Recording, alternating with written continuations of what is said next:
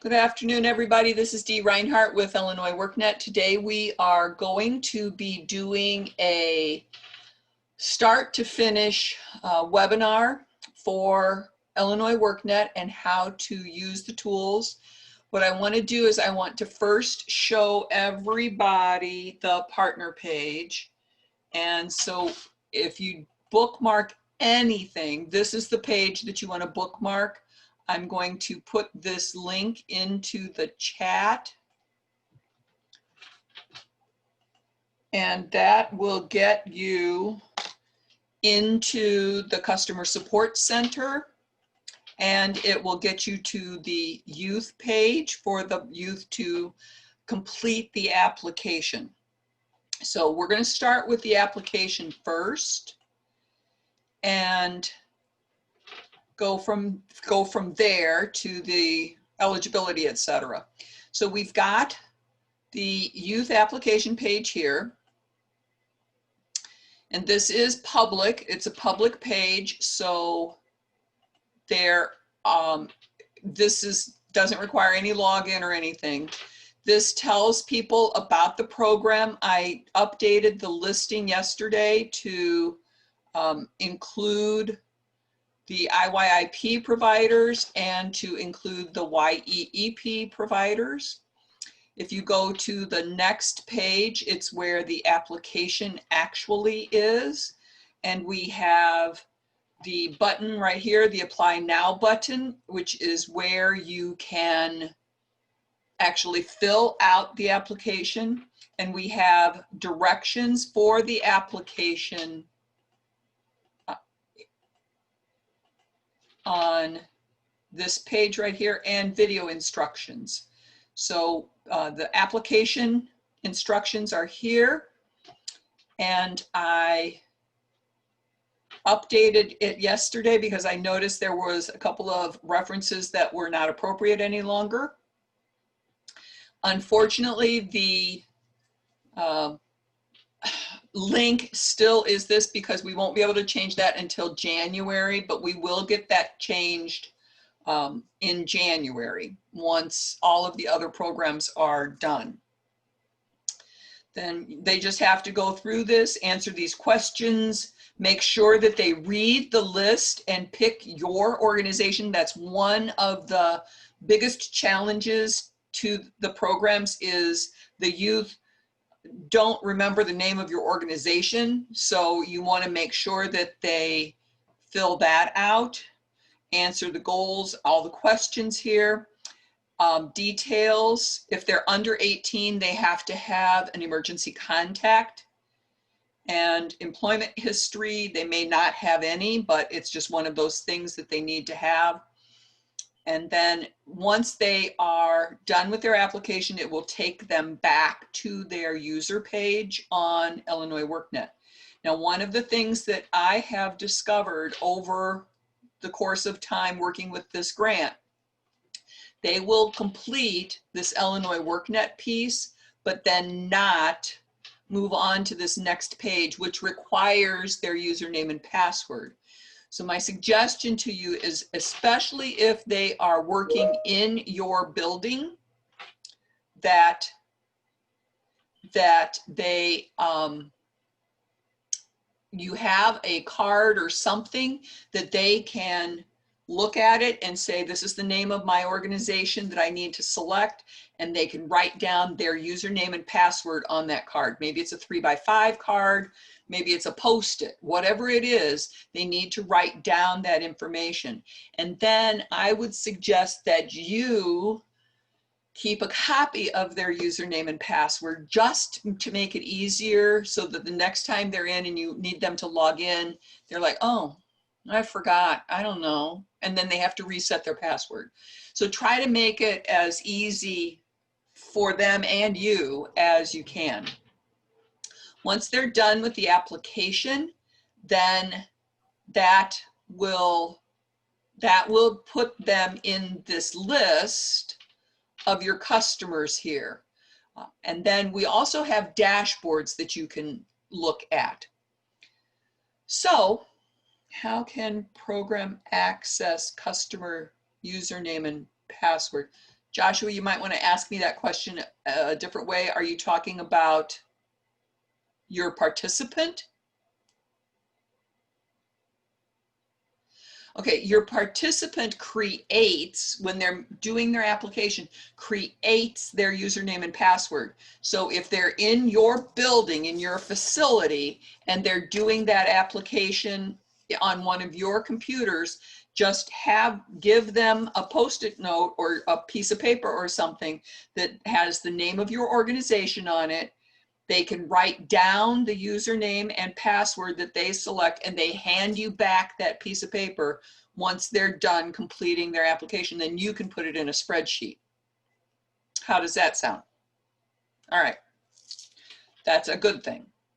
Okay, so when you go to the DHS Youth dashboard, so you will have gotten to it from, let me go back to the partner page.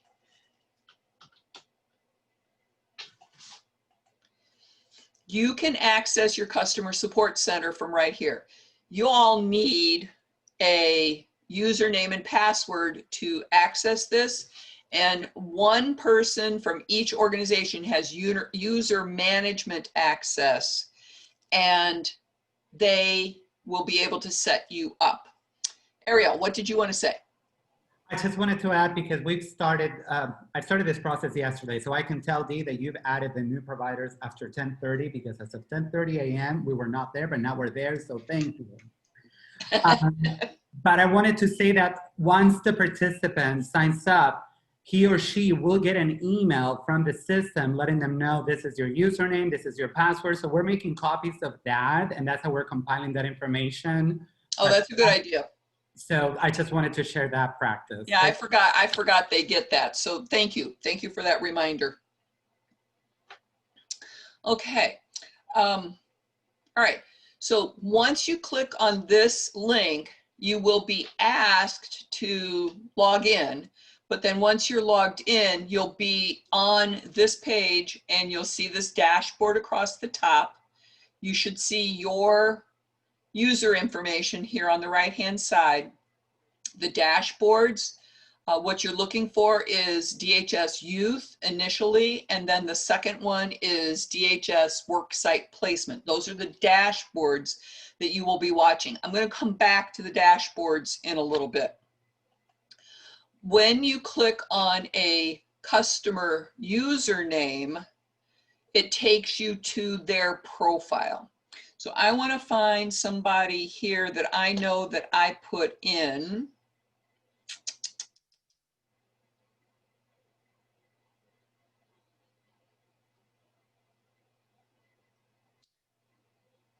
And I'm going to go to this one right here. I click on the blue last name, and it takes me to their profile.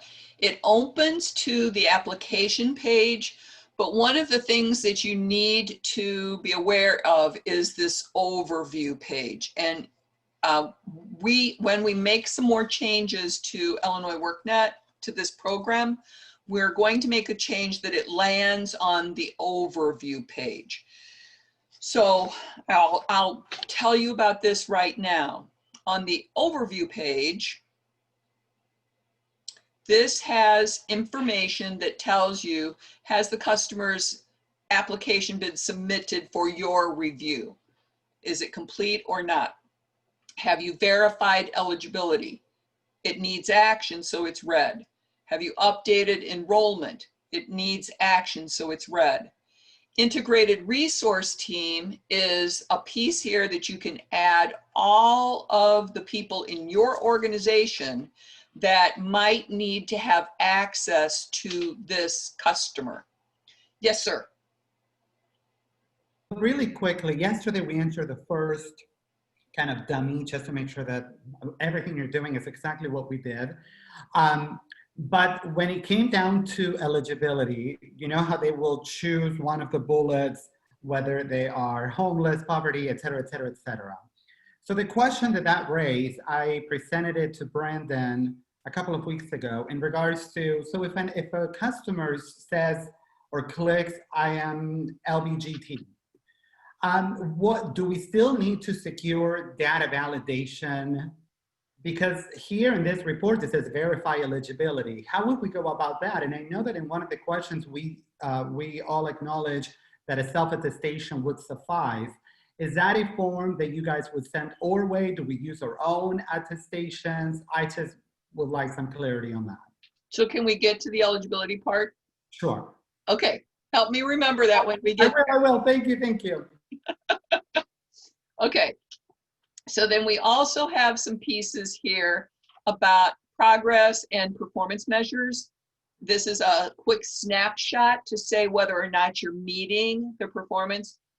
This NOCD is going to be replaced with Casey Life Skills because your program has switched from NOCD to Casey Life Skills.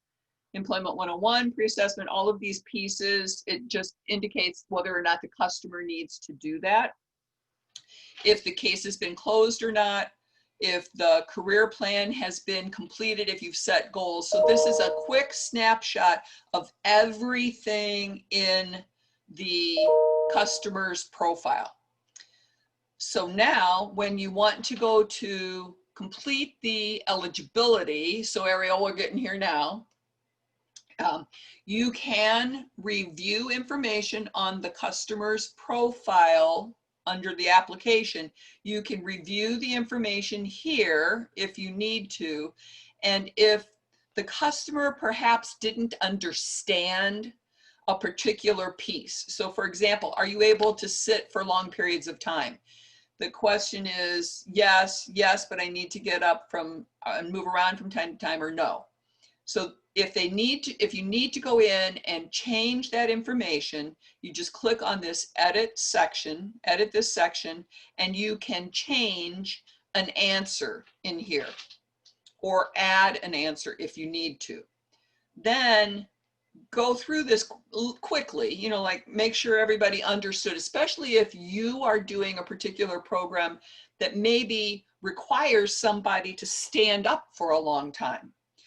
Or sit down for a long time, whatever the case may be. Make sure that what they have entered on their application is actually that piece that you need them to have to be in your program. Let me get back. All right, and then once they're done with this, Charlisa asks, would you advise we set up a dummy customer? No. Before we actually enroll customers to be able to understand the questions, etc. If we do, can we then delete that dummy entry? That plays havoc with the data in the system. So I would prefer that you don't. If something is wrong, just don't do the eligibility yet. Just make sure that the application is complete. On this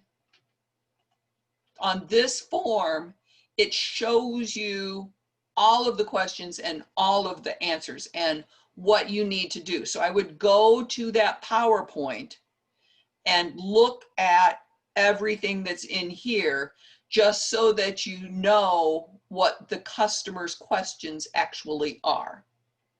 So Charlisa, I know that isn't the answer that you wanted, but does that help you?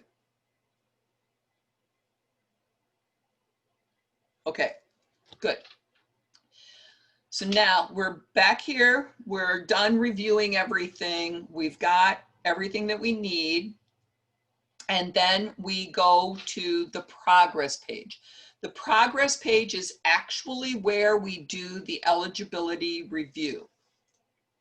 And once it gets there, we have enrollment status, and it shows right here, it says eligibility must be verified before participant can be enrolled, which means you have to open up the box just above it, and it says verify initial program eligibility. And the eligibility, Tandra, I'm going to unmute you just so that you can unmute yourself later, but I was getting a little bit of background noise.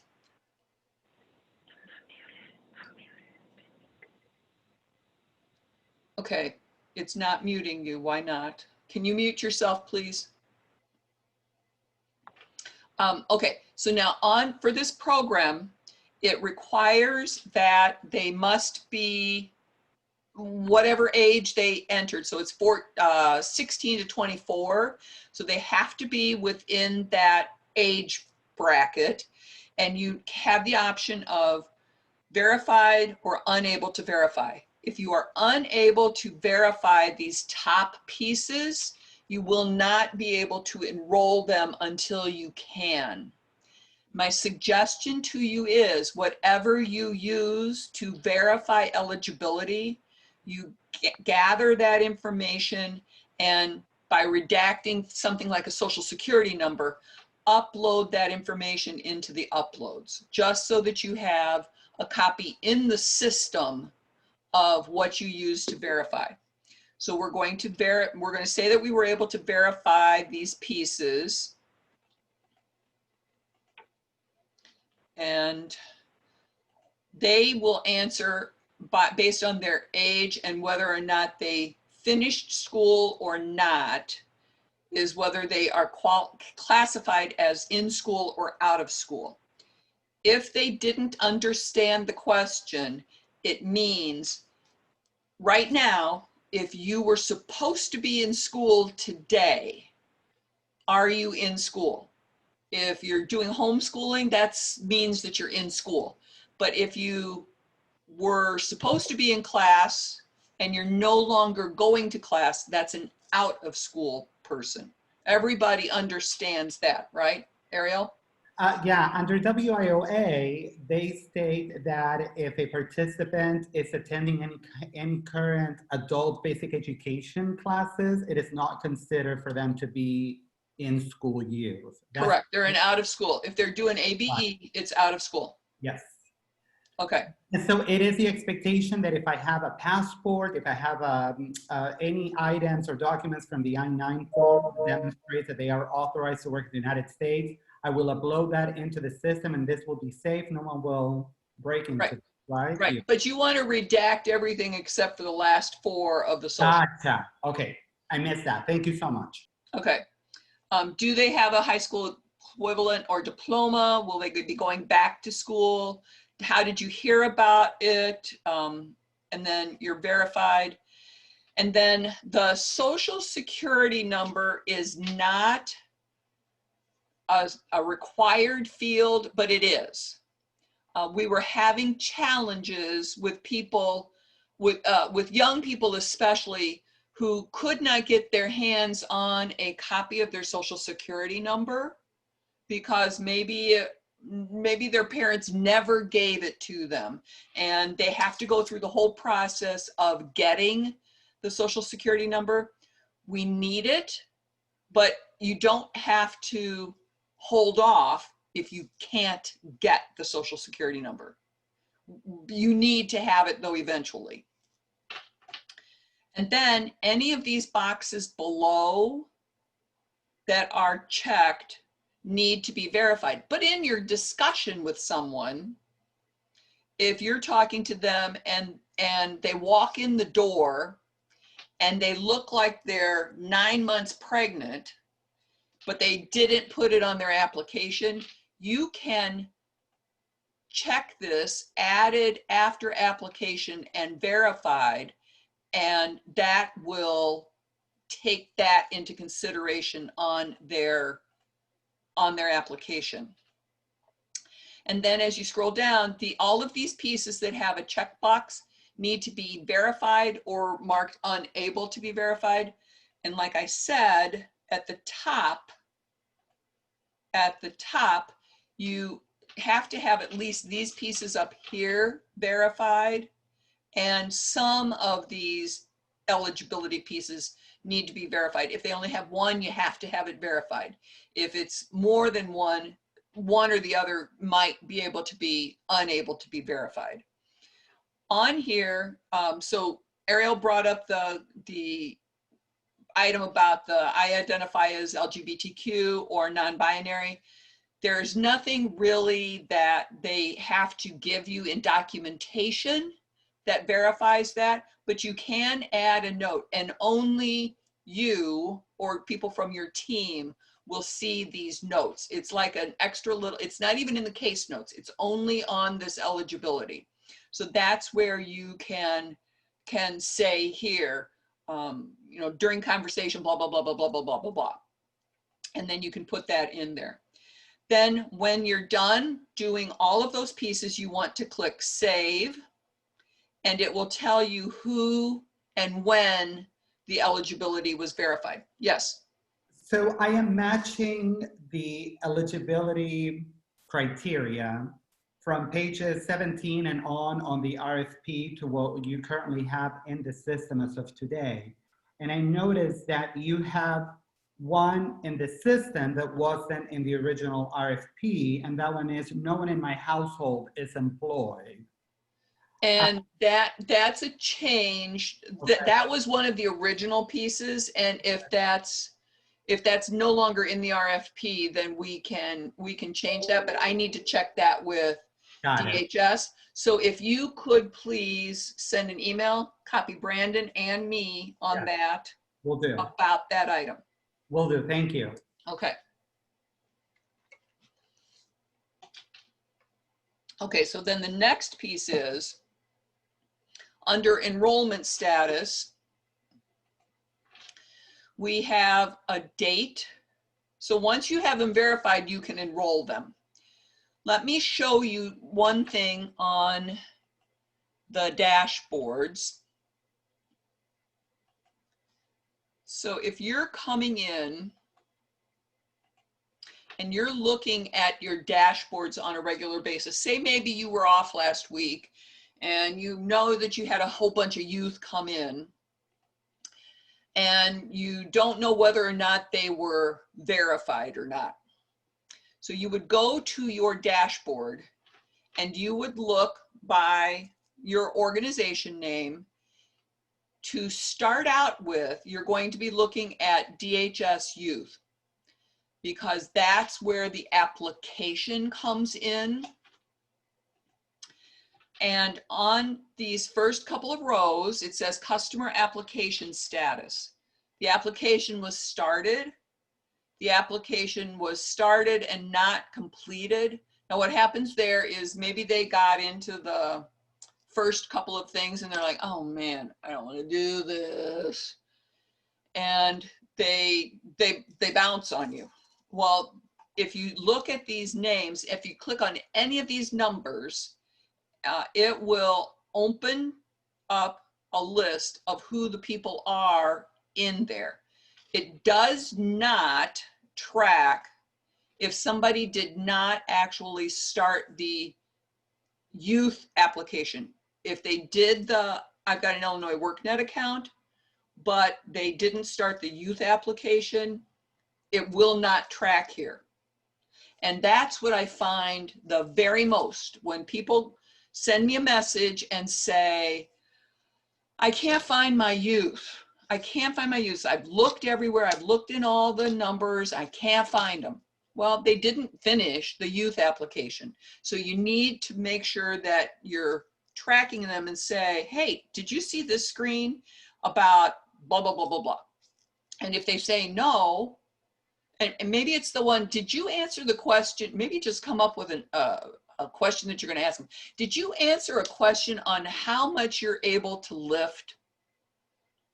Or one of those other ones. Did you answer a question about whether you can taste and smell?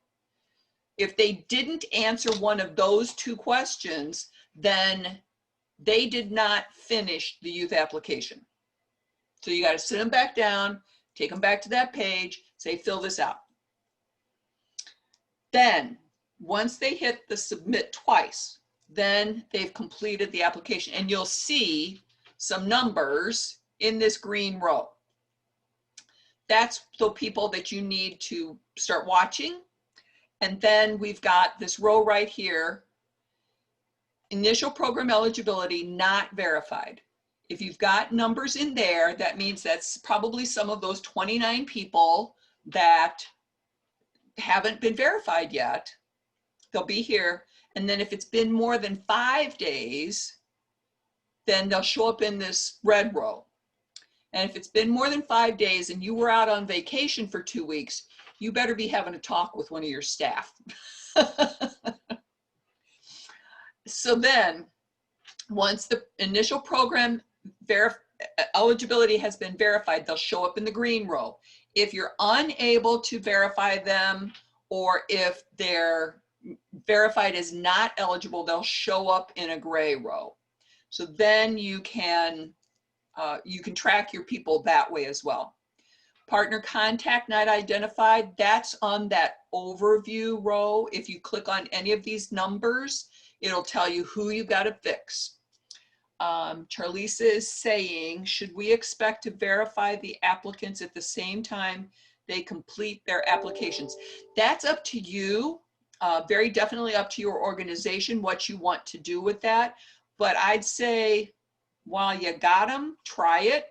If you're asking for them to come in and be prepared with this document, this document, this document, and this document, then you probably can do it. But if they need to bring you their social security card, or if they need to bring you a letter from SNAP, or if they need to bring you, whatever it is on here that you're going to use to verify them, then it might need to be able to be a different day. The application PowerPoint is on the application page.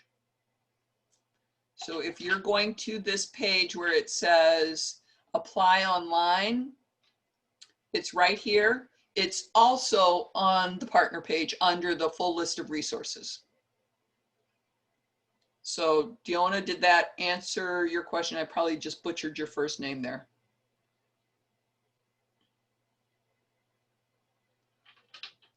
Okay, back to the dashboard.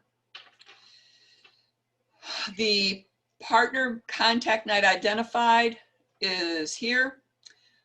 Once you have made them eligible, then you enroll them. And if you are enrolling them and you want to look at this list of people who are enrolled, this 15 on this list is actually associated with this DHS youth.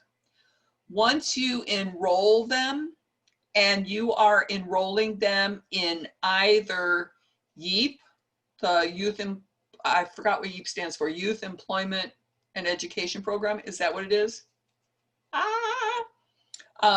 Anyway, so YEEP, or if you're putting them in one of the IYIP categories, then on the enrolled tab, once you enroll them, then you have to check by category to see who those people are. So the first couple categories, customer application status, customer eligibility review, partner contacts, in fact, partner contacts might be the specific category. Customer enrollment status will be by category. And I think I'm going to see if I can't get my programmers to put a note on here for you guys. So now if I'm looking at the not enrolled status for more than 5 days, I'm going to go to one of these people here. So I'm going to click on that number 2. And I see I've got Rick Elliott and I've got Shelby Owen. I'm going to click on Rick Elliott's last name to get to his profile. I'm going to go to the progress page because that's where I complete the eligibility.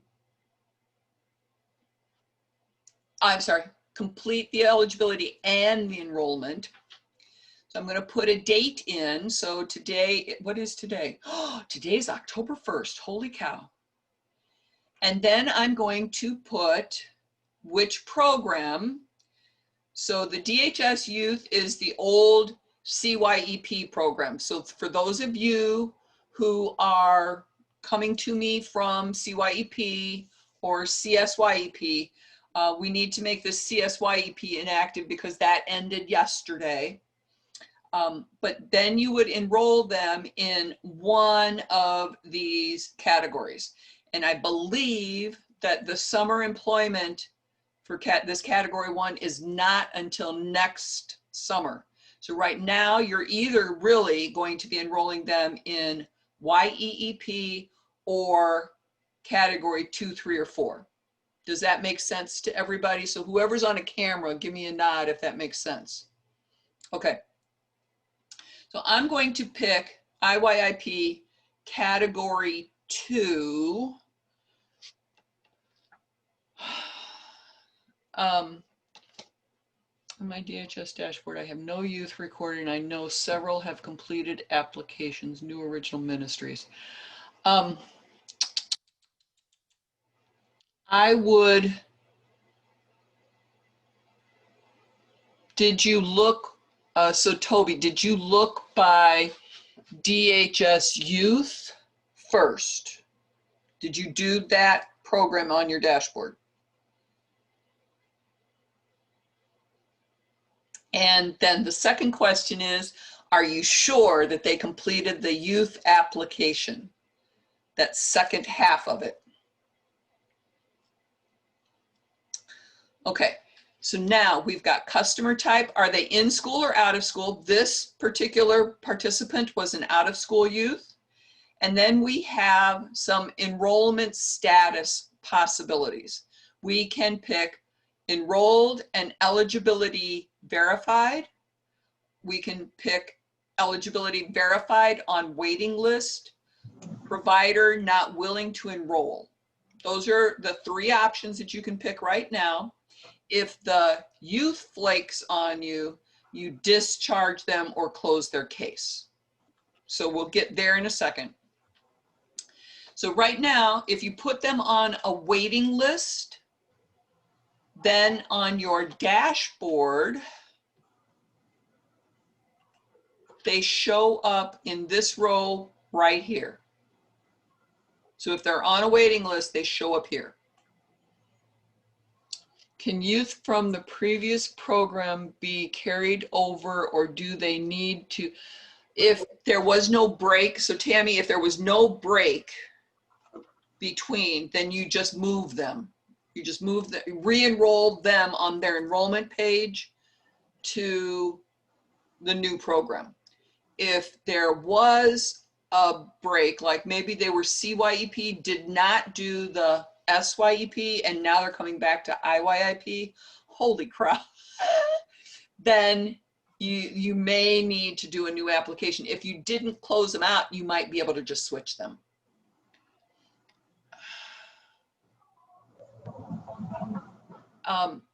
IYIP category 1 is for summer youth, so it depends on what your contracts say about when your youth can be enrolled. I believe that the CSYEP was what was this past year's category 1. That's a Brandon question. But I believe that the category 1 is not until next May. Sam's asking, why would I put someone on the waiting list? Some organizations do cohorts, and they might have 10 kids in a cohort, and that cohort isn't ready to move on yet. So then you would put them on the waiting list, and then you would enroll them when it's time for that cohort. Don't lose contact with them though, because you'll lose them. You got to stay in touch with them. On enrollment status, nothing pops up for us. Youth is under YEEP program. I'll have to look into that, Nancy. So we might have to do, I am recording this. I do not want to look at specific data while I'm recording, but I'll stop the recording, and then if people have questions, we'll look at real data after the recording is over. Okay, Sam says, got it. Tammy says, where can I find the process to transfer youth? Okay, so on a customer's profile, all you do to move somebody from YEEP to IYIP or from SYIP to IYIP is you put a new date in here and you pick the new category. And then, Our kids started out with YEEP. They were never DHS youth. So do you think maybe that's why I'm having a problem? what agency are you with? New Original Ministries, Judy. Are you doing? My name is, no, my name is Toby. I'm her sister. Okay, I'm trying to find my list of people. Are you moving from Mike Sandage's group to Brandon's group, or are you Yes. staying with YEEP? I can't answer that, but I just know that the YEEP program was new for us because we have Teen Reach, but that has nothing to do with this. Well, you're on both of my lists.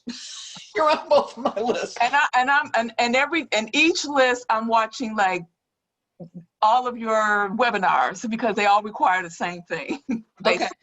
All right. So my thought would be is I would check with Mike what he wants you to do. If he wants you to wait till 12/31 to move this from YEEP to IYIP. Okay. Good. Okay. Okay. All right, so then once you select an enrollment, so I'm going to put this person on the waiting list right now just to show you. If I save that, then if I click on enrollment history, I have to refresh. I have to refresh, and then if I click on enrollment history, it shows me what has happened. Now, I just put this person in here today at this time. So the update will only show 1 extra second, but it will show the program change date in the database. So it will show when you actually change that person to enrolled or move them from a program to another program. The updated time is strictly a database piece. So don't worry about that, worry about the program change date. Okay. Then under the performance measure deliverables progress, this is when you complete these pieces. And again, NOCTI is going to change to Casey Life Skills. When you complete these pieces, these will turn green, as will the item on the overview page. You watch those. Follow-up is if you need to do a follow-up, say the person has been working 90 days, came off a subsidized wage, the company hired them, and they're working full-time, paid by that company.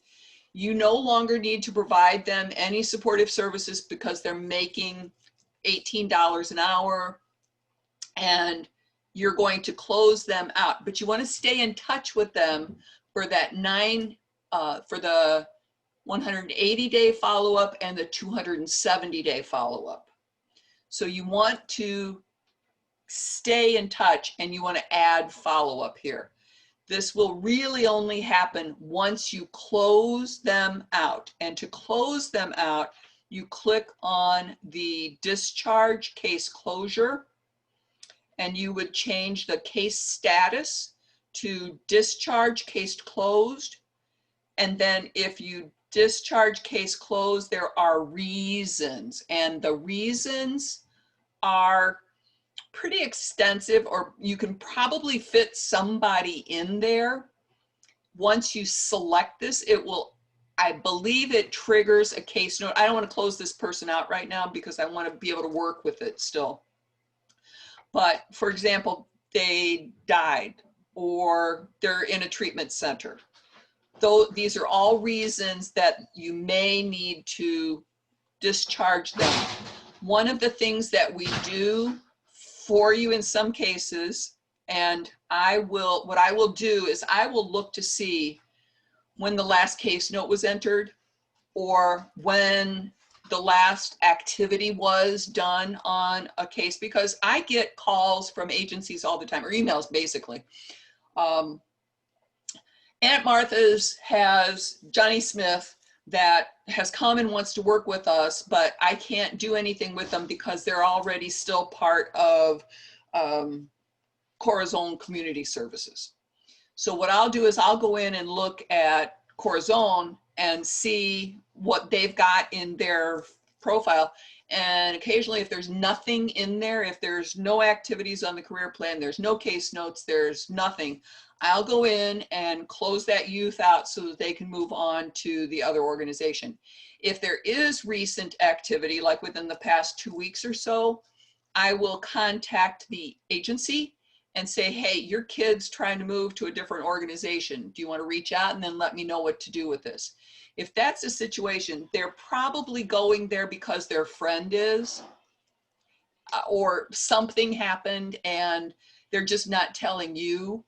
And so you want to try to make it work for that kid. You want them to be successful. So then you reach out, do the case note, do the closing out, and then the other organization will need to have that youth complete an application once they're closed out of the original organization. So does everybody understand that? Either give me a thumbs up or a yes or a... Yes. Okay. Okay. So now, all right, so we've got the discharge. I'm not going to save that one. The next piece that we want to talk about is the career plan. So on this career plan, excuse me, I've been talking too much.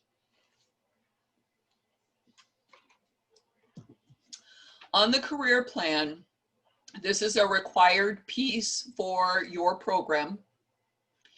There is an overview page here that will tell you, right now I don't have anything set up for this youth, but there is an overview page again of what this youth has accomplished, what the plan is going to be, what they're doing with you to help improve their career goals. On the review assessment, we have an opportunity here for you.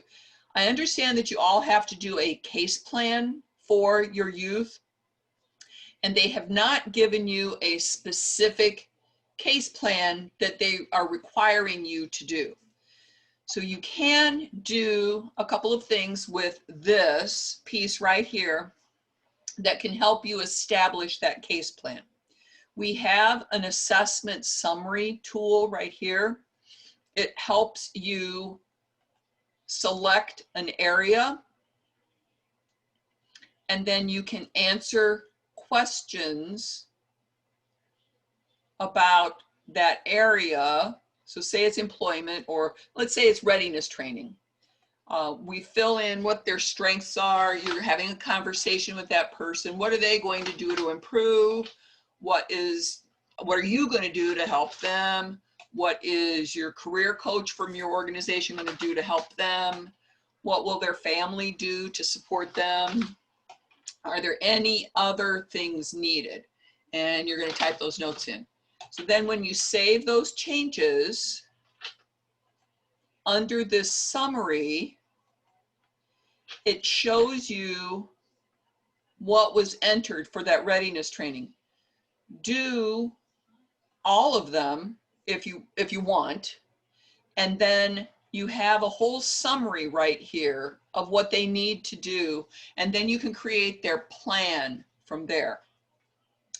One of the things that we are discussing doing, and I've got a whole document that I'm putting together for Brandon and Mike to review, is we're trying to add some specific goals and steps that will be automatically added to each youth's plan to help you fill in that information.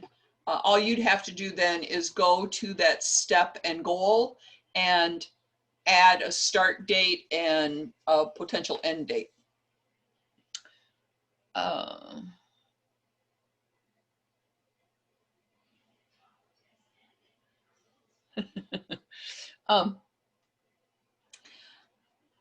Tammy, we're doing a couple of things, but I'll cover those in a regular TA session. So, okay.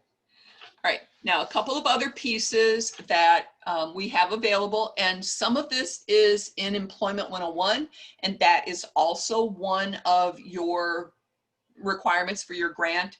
The Skills and Interest Survey is an external, they log in here, but then they get taken to an external website, pulls them in, and they take skills and interest surveys.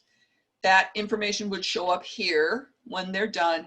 It's also part of Employment 101. So what you may want to do is have your youth start on Employment 101 because it will incorporate some of these other pieces.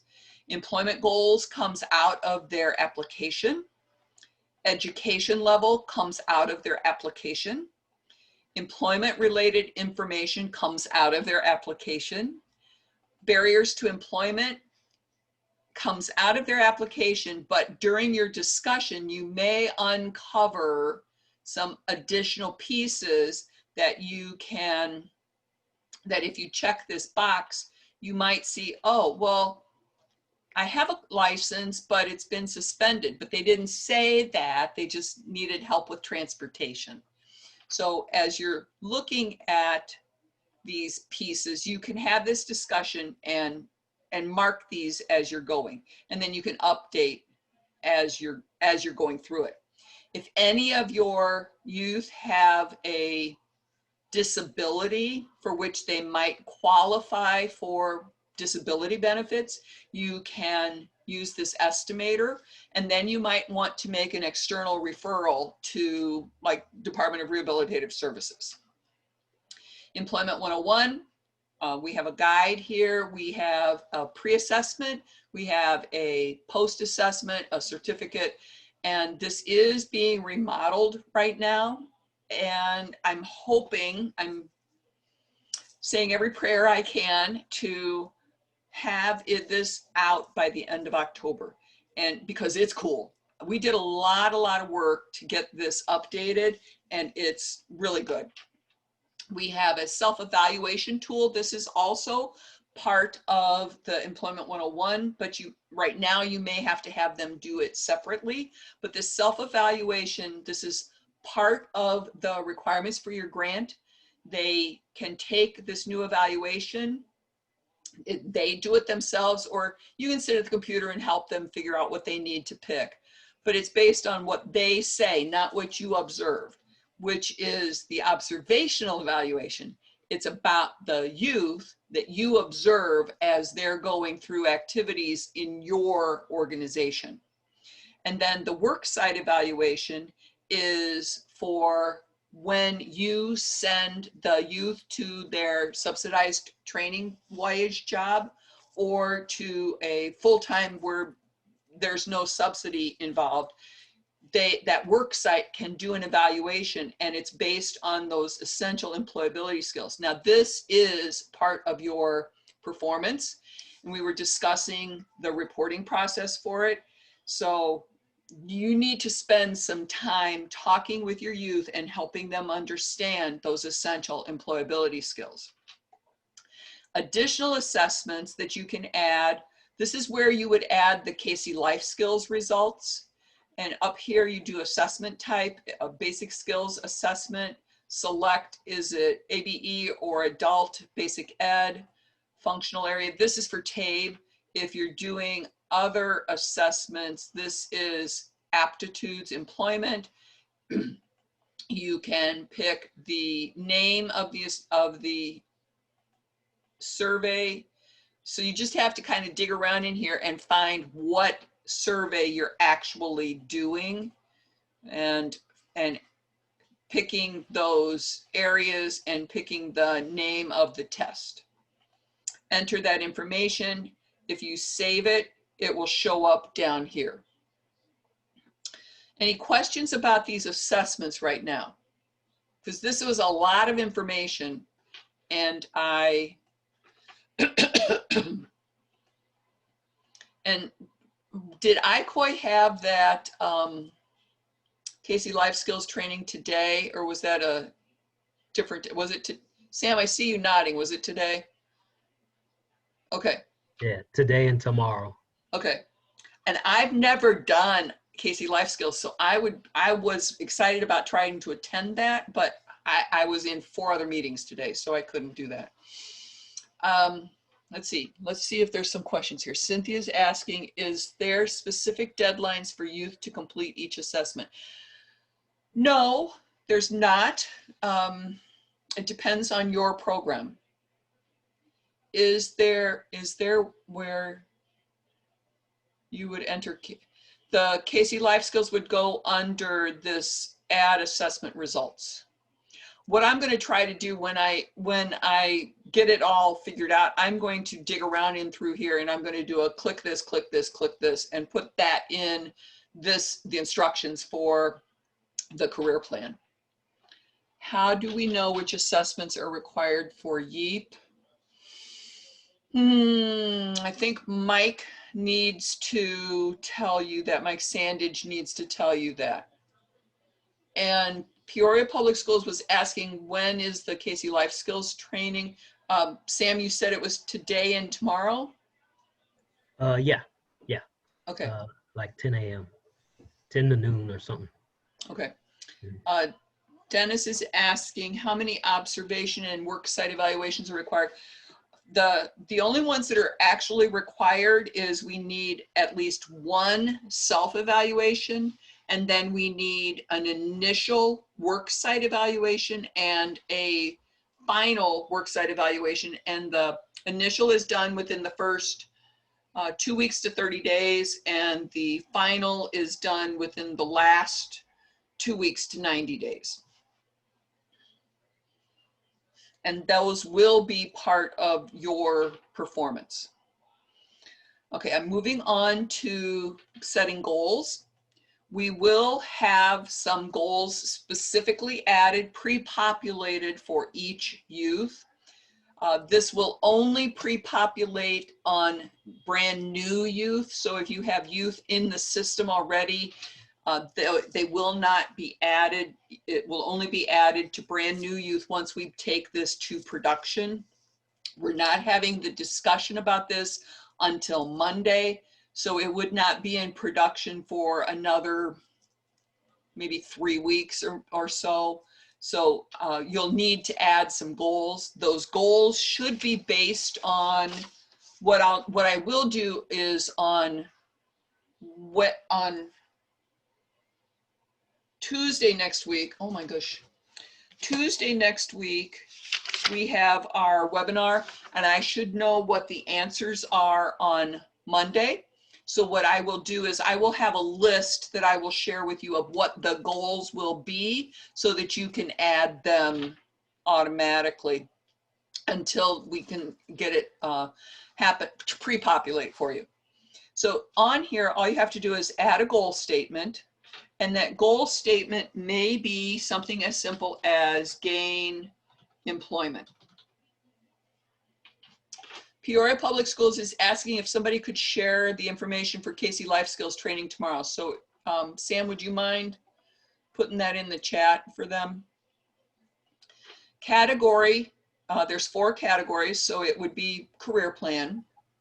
Dean, those Casey Life Skills classes are full.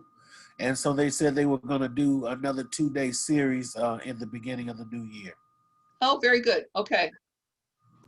So I'm wondering if they'll share some tomorrow. Whoever's going to go tomorrow, ask them if they will share with me any PowerPoints or anything that I can put up on the partner page. Can somebody do that for me? I asked for a recording today, and they were kind of hesitant, but they said they would do that because I had staff that couldn't attend. So I send that to you if they send me the recording and the PowerPoint. This is Joe. Cool. Excellent. Thank you very much. Yeah, I reached out to him as well. She said she'll send PowerPoints, but not the recording. Well, and PowerPoints are fine because PowerPoints, you can at least follow directions if that's how they have them. Okay. Short and long term, whether it's a short or long term goal, we want it to probably be a short term goal. And then we can ignore the status here. It's going to default to not started, but that's what you want it to pick. Any other goals that you add will all be here. And then on the next page, we want to add steps and services. So we have a goal here. If we need to add more goals, we go back to the set goals. Let's add a couple other ones here. We need to find some transportation. And that's going to be independent living. It's going to be a short-term goal. Not started, add the goal, and then I want to add another goal. We need to get GED. That's going to be a education training plan. It's going to be a long-term goal because they need more than just one test, and it's not started. We're going to add that goal. So we got 3 goals in here.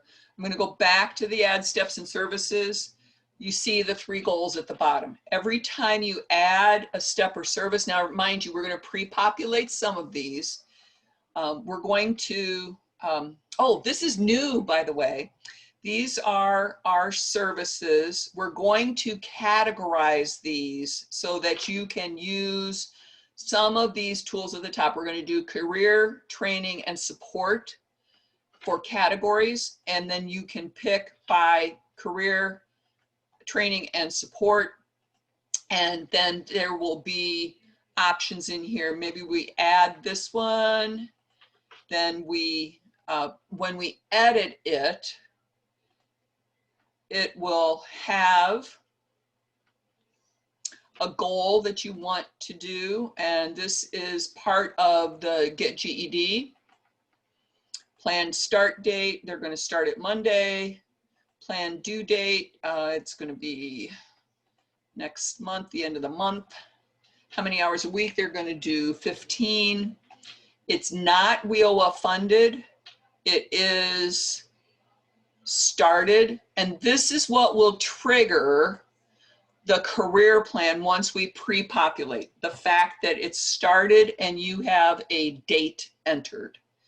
Otherwise, it's just going to be in there, and it will, since it's auto-populated, it will not count toward you having a career plan for your participant. Does this address any services? You can show more services, and then update customer service. It triggers a career case note, and this is added. ABE, some note.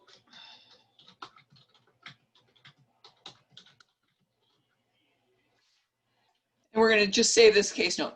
Now, my philosophy on case notes, I did something very against what I tell everybody that they need to do right now, but case notes are not for you, but maybe they are if your memory's like mine.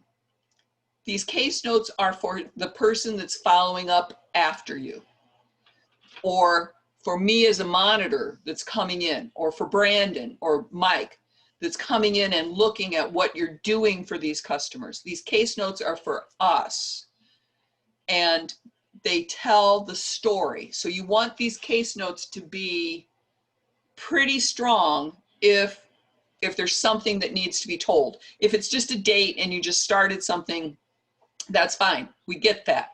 But if there's a reasoning behind some of these things, then you need to add some decent case notes. Now, when you add a service, you can also add a service provider. If it's your organization, or if you're sending them to training with a WIOA provider, you can do that. If it's another provider, maybe it's a local guy down the street, like Butterfly Blue Ribbons, and they're training somebody on something. You pick that button and you can enter the information. Update the customer service. It adds that provider, and we can say provider added.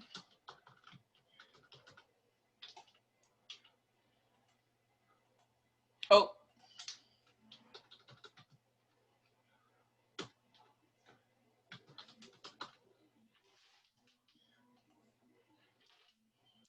There is an opportunity for you to enter a dollar value for the service. It does not count for your fiscal reporting, but it is something that you can follow up.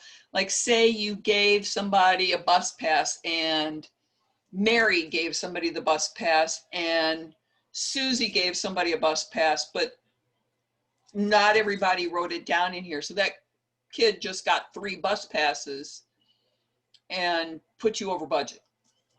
Who knows? But if you track things in here, then you can see who else is doing what. If this were a training program, you can add a credential that they earn, and this counts for measurable skills gain. All right, any questions about adding services?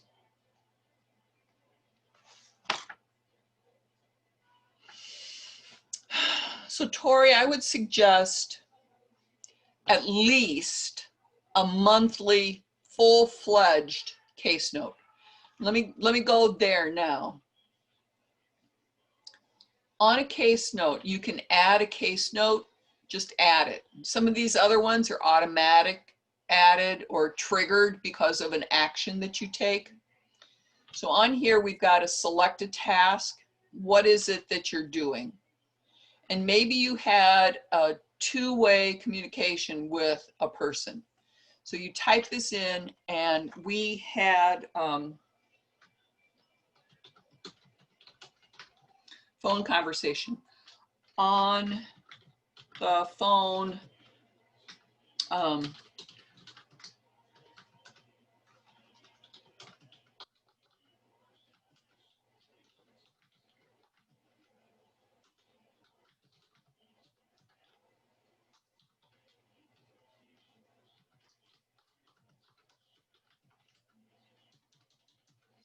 you want to put in at least a monthly case note, and this is just really for your own benefit.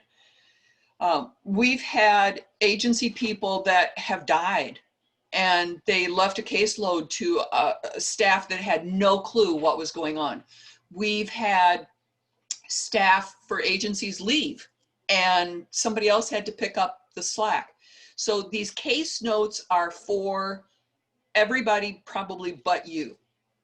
So we need to make sure that you're entering something in so that it can tell the story. Karen says, I have a youth who was already in the system and terminated his placement with another site in May 2019. I cannot add our site as his new work site. Also, I cannot assign our site to him.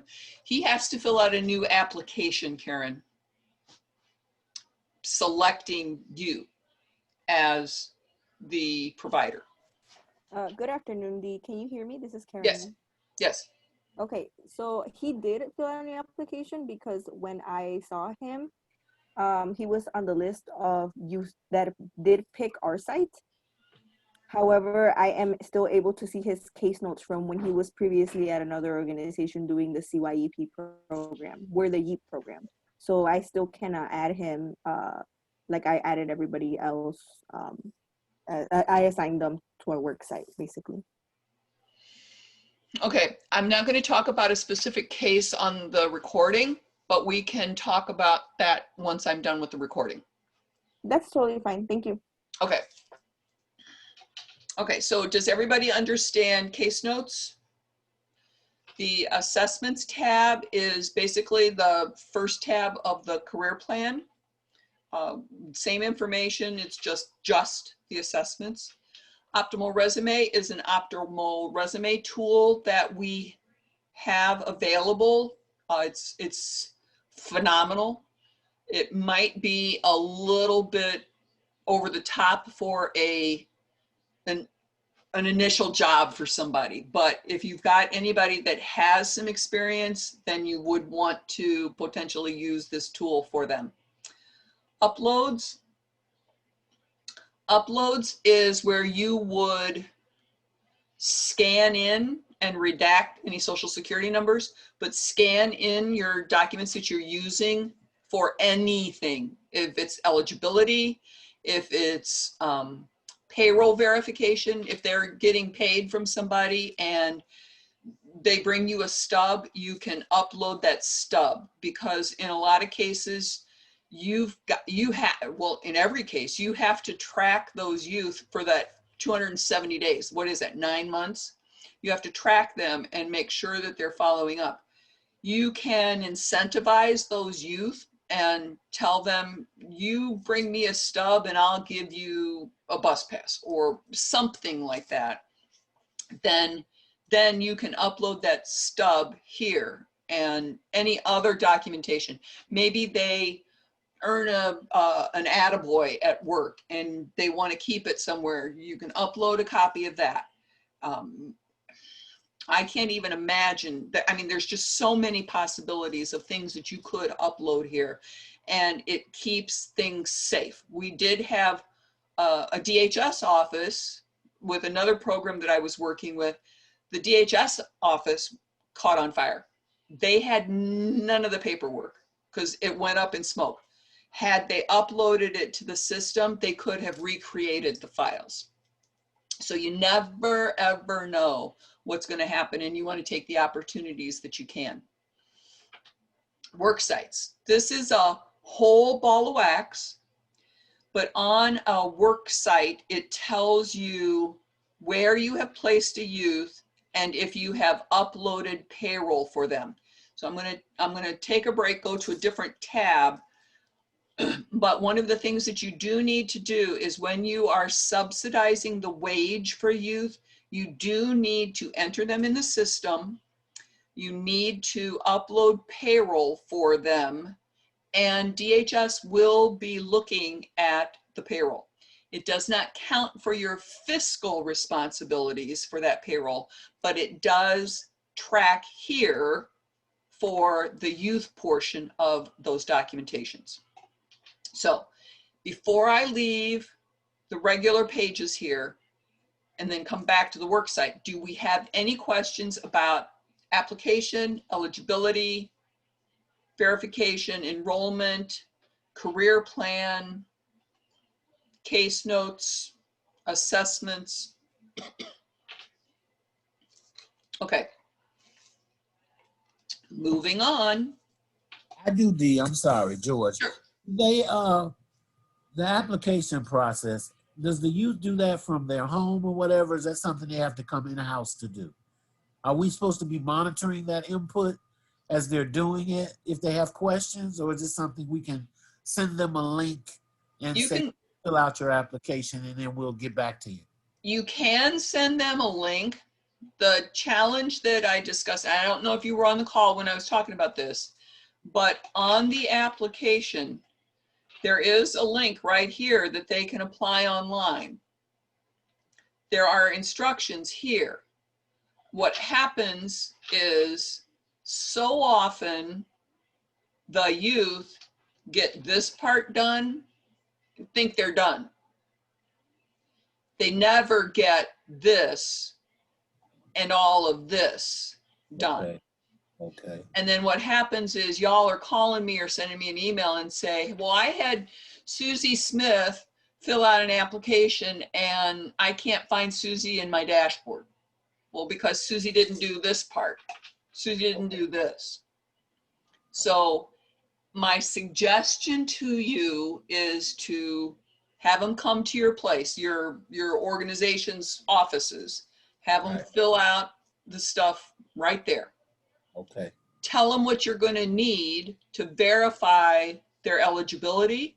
Like you need a birth certificate that tells when they were born, if they're a citizen of the United States, or if they're registered to, what's the term? If they're authorized to work in the United States, that's the word I was looking for. And then a couple of other pieces. If you know from this application what they need to verify eligibility, then you can have them bring that with them and you can verify their eligibility right then and there. And they only need to verify one of the criteria, correct? No. On the eligibility, they need to verify,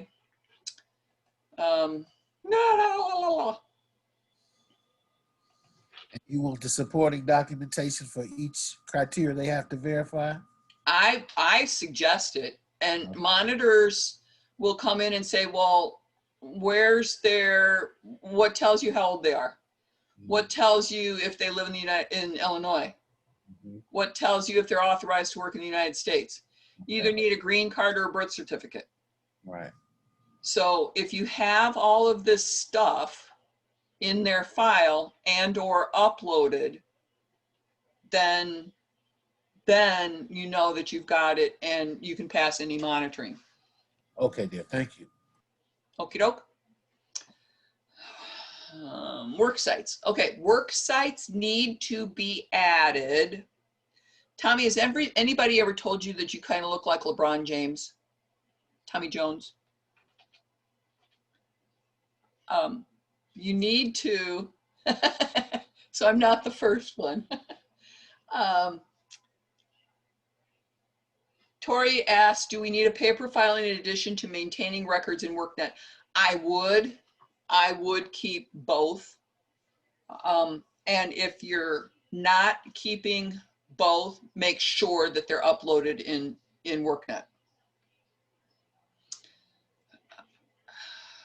Under work sites, you need to go to the item that looks like the bulleted list. And on here, you need to add your employers. And this is something that you need to have for your subsidized wage. You don't have to necessarily add them for unsubsidized placements. And everybody knows the difference, right? The subsidized means you're paying the wage and the employer might be paying $2 an hour or they might be paying nothing. And right now, I don't remember, what's the going wage for your contracts? Is it 15 an hour now? Yeah, okay, so I see Toby nodding. Okay, so on here, we have a list of our employers and do they have placements, whatever's going on here. We can select a project, but what we want to do is we want to add employers. So we want to go to this worksite placement.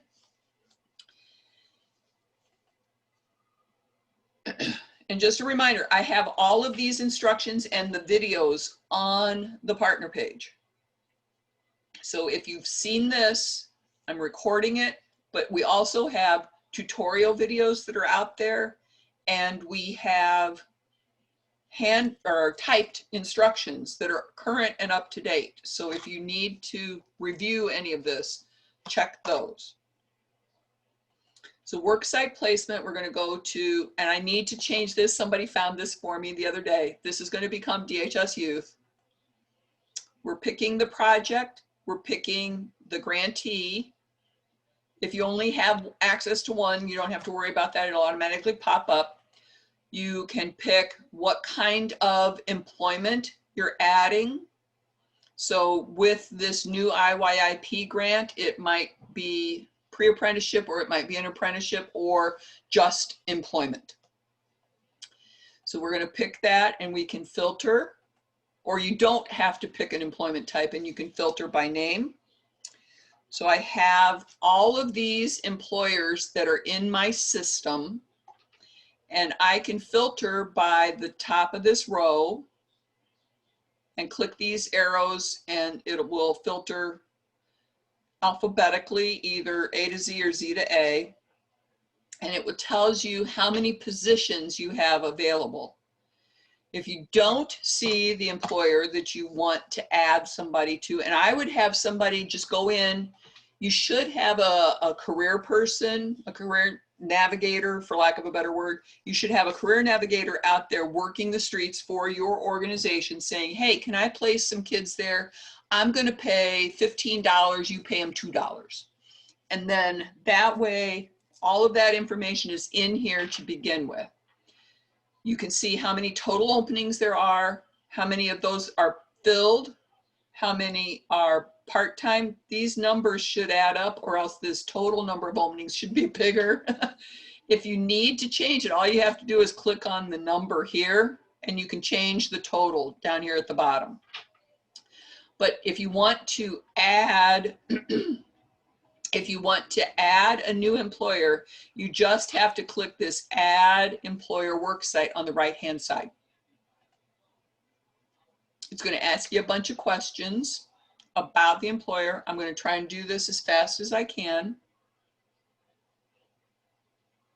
as fast as the system will let me. That was a hint system.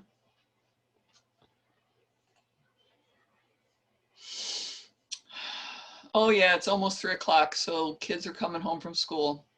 Kids are actually going to school in my district.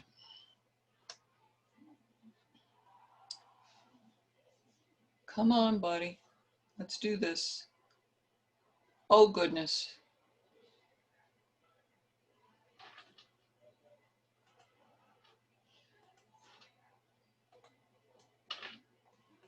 It's not opening. This is test, so test is very hard for me sometimes because sometimes things break while we're trying to fix something else. Let me go in here and see if I can show you. All right, so this is the employer name. Much of this information is just in an orderly fashion as you have to fill it out. So you need to enter the name of the organization, give a description if they have a website, an NAICS code, and you can look up the code. It will give you a list of, say I put in manufacturing. It will give you a whole list of different manufacturing type things that you can select. If it's retail, you can put in retail, and it'll give you options, miscellaneous retail stores. So you can pick from a list. You can also look up the titles. If you are looking up those things, just kind of jot down what the title was. What's the phone number, the address, and then we can save that. The next piece will give you who the contact information is, and then you can add additional contacts. It will ask you if the employer location that you're adding is the work site. My suggestion to you, I know a couple of the agencies that I've worked with in the past have used Walgreens as a training ground, as a worksite placement, and there's 100 Walgreens in the area. So my suggestion is, as you're adding the name of the employer, try to get the store number. If it's a retail location, try to get Walgreens 79th Street or Walgreens number 6256. Then that way, if you're placing the youth, you know which one you're picking. So for future reference, you can do that. I'm going to go back and see if I can get this to open up again. Oh, I have to, oh, no wonder. Okay. Add an employer. There we go. Okay, so now I can add an employer or information for a new employer. I want to add a new employer. So here, so we're going to do Walgreens.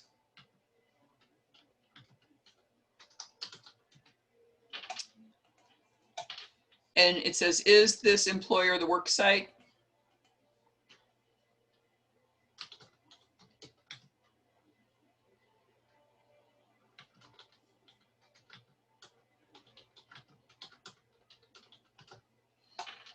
I'm not going to put their URL in. We're going to do retail. Whoops. Be nice if my fingers typed right.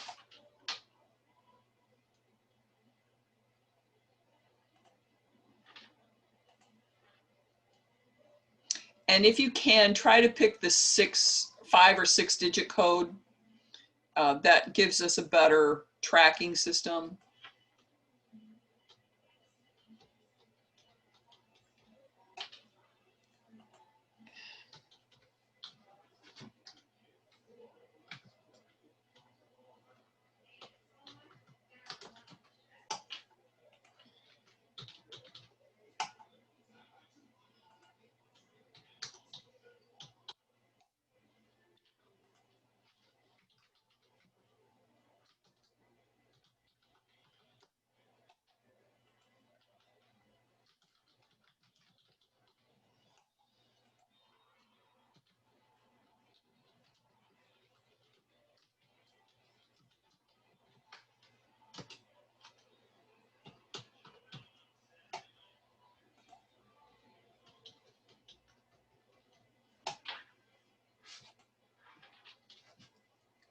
And this is where it's looking up the SOC code. The SOC code is the actual job. So if we're looking up, say, a pharmacy tech, which is what some of those Walgreens positions are, then we can select that.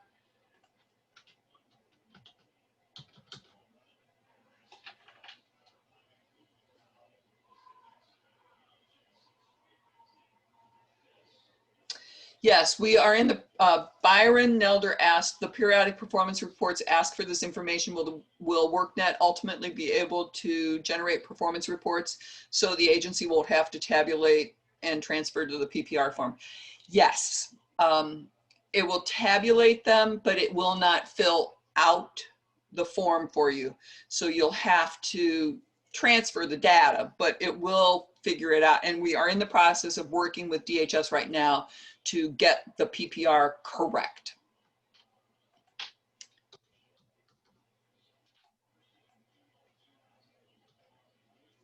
All right, so then we're going to finish. So we've added the new provider. We're going to filter. So add all of your providers that you can at one time. That way they're all in here. You can just go back in and pick.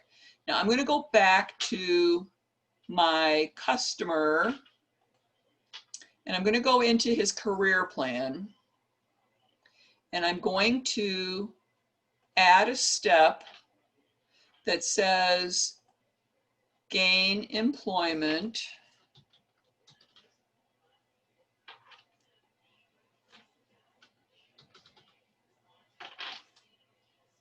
Oh, it didn't pick. All right, so we're moving these skills around, and it used to be on page 4, and now I don't think it is anymore.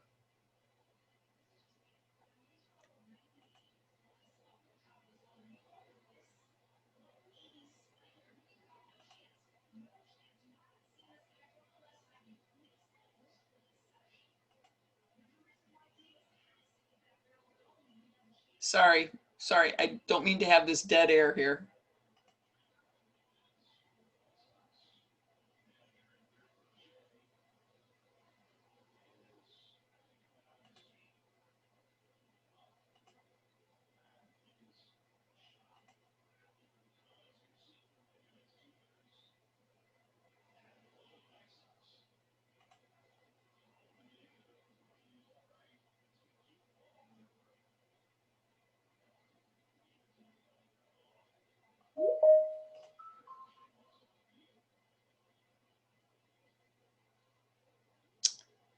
Oh, I can't find it. I can't find the step.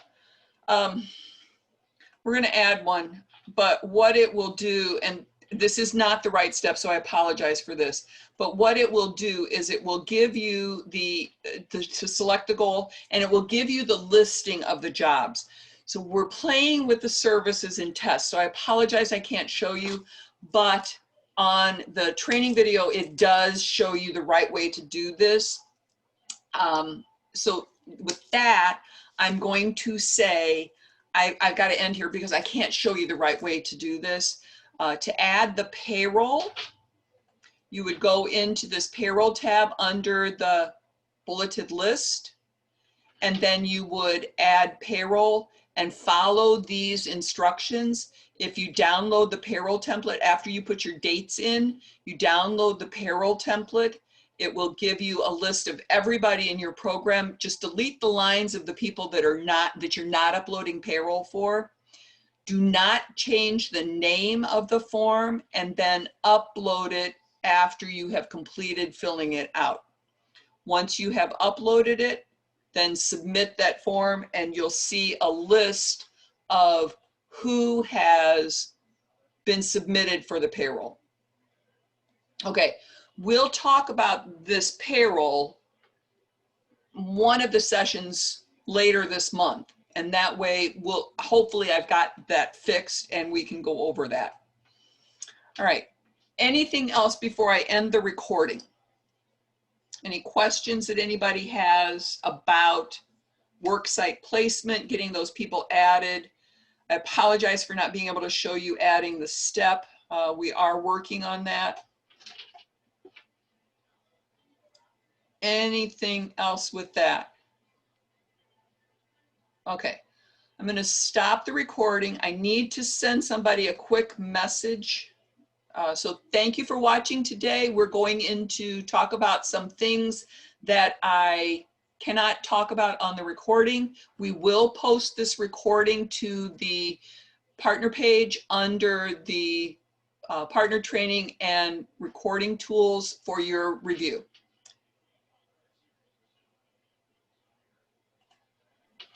The way